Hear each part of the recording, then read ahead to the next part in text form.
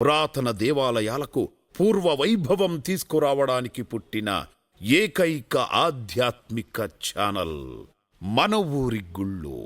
Subscribe చేసుకోండి, share చేయండి, like చేయండి, కామెంట్ చేయండి.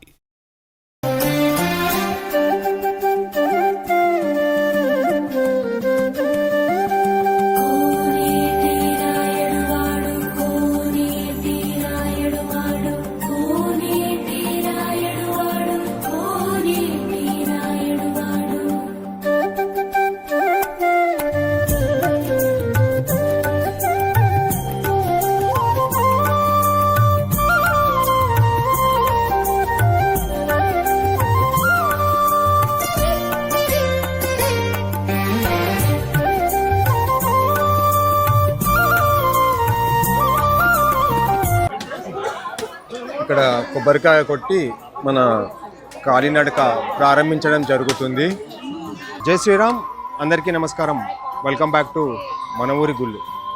ఈరోజు వచ్చేసి మనం తిరుమల తిరుపతి ఆ వెంకన్న స్వామి దర్శనానికైతే వెళ్తున్నాము. ఇప్పుడే శ్రీవారి మెట్ల మార్గం దగ్గర కొబ్బరికాయ కొట్టి మెట్ల మార్గం గుండా కాలినడకన ఆ వెంకన్న స్వామిని దర్శించుకొని మధ్య మధ్యలో ఉండే దేవాలయాలు కానీ ఈ ట్రిప్ ఏ విధంగా జరిగిందనేది కూడా మీకు ప్రతి ఒక్కటి ఈ వీడియోలో తెలియజేస్తాను. జై శ్రీరామ్, ఓం నమో వెంకటేశాయ. కాలినడక ప్రారంభిద్దాం, పదండి.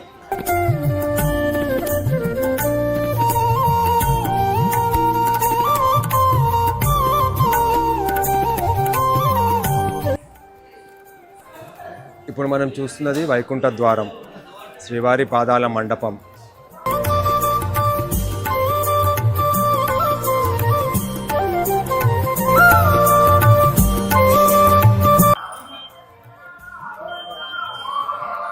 ఇక్కడ మన బ్యాగులు అవన్నీ కూడా ఇక్కడ చెక్ చేసి లోపలికి పంపించడం జరుగుతుంది. తనిఖీ కేంద్రం.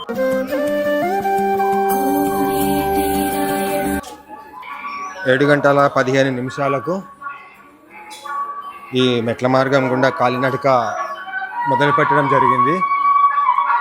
ఎన్నింటి వరకు అయిపోతుందో చూద్దాము.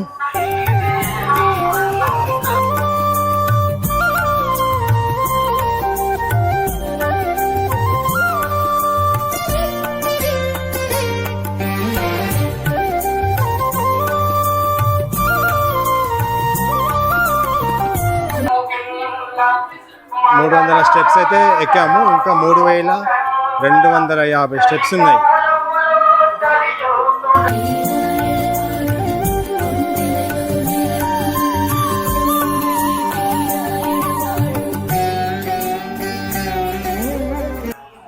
వరాహస్వామి దేవాలయం, వరాహమూర్తి అవతారం చూడండి. ఇక్కడ రాసిన చూడండి, వరాహ.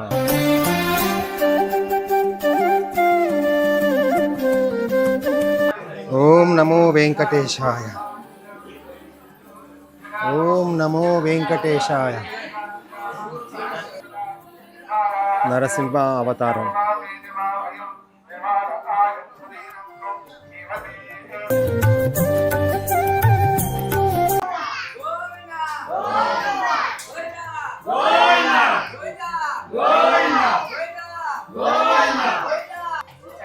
ఇప్పుడు మనం చూస్తుంది వామన అవతారం.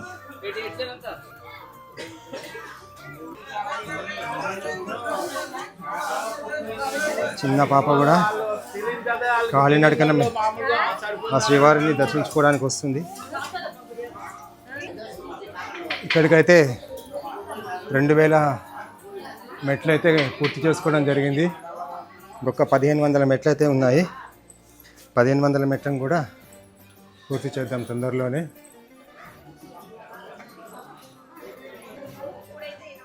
గాలి గోపురం, అలిపిరి 3వ గోపురం అంటారు దీన్ని.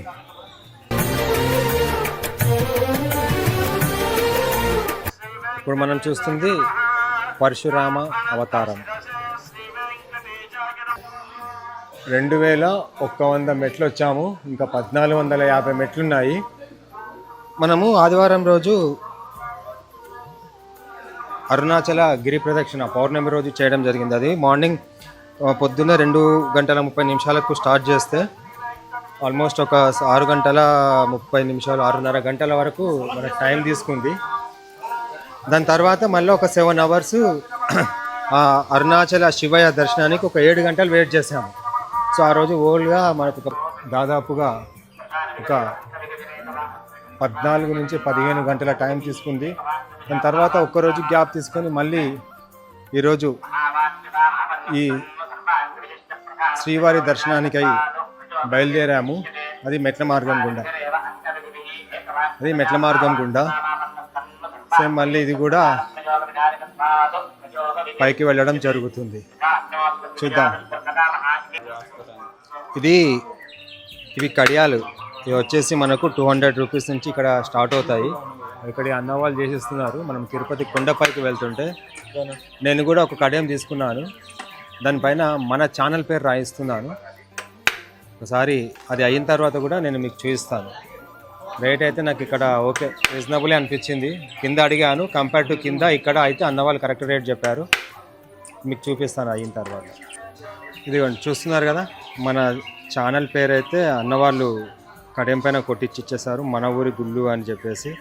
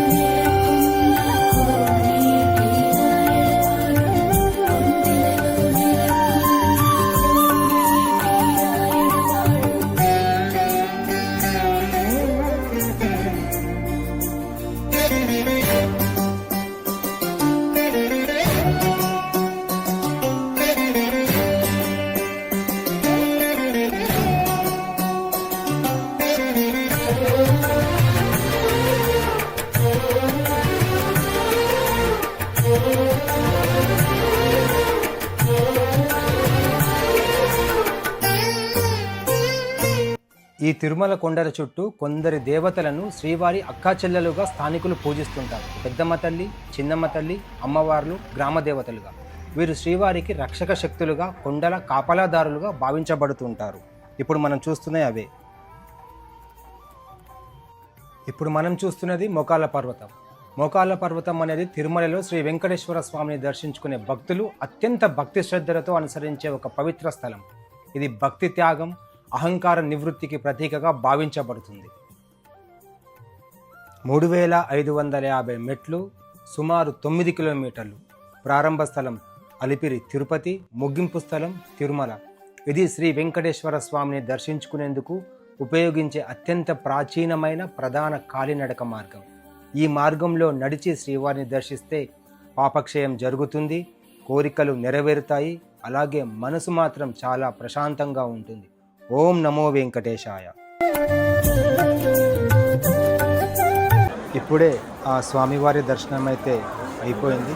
ఏడుకొండలవాడ వెంకటరమణ గోవింద గోవింద.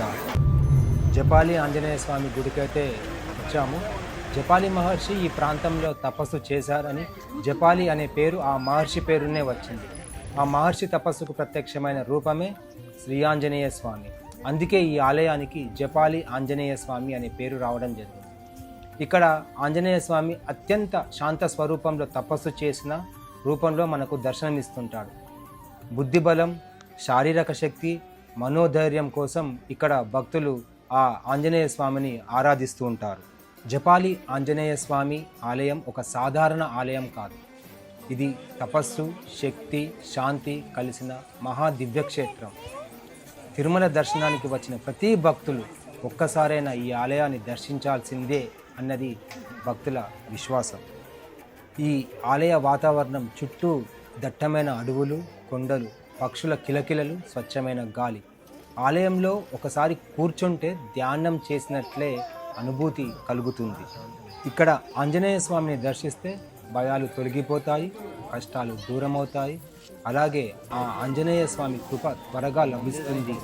తప్పకుండా ఈ జపాలి ఆంజనేయ స్వామిని దర్శించండి. ఈ ఆలయం తిరుమల కొండలు దట్టమైన అడవి ప్రాంతం మధ్యలో ఉంటుంది.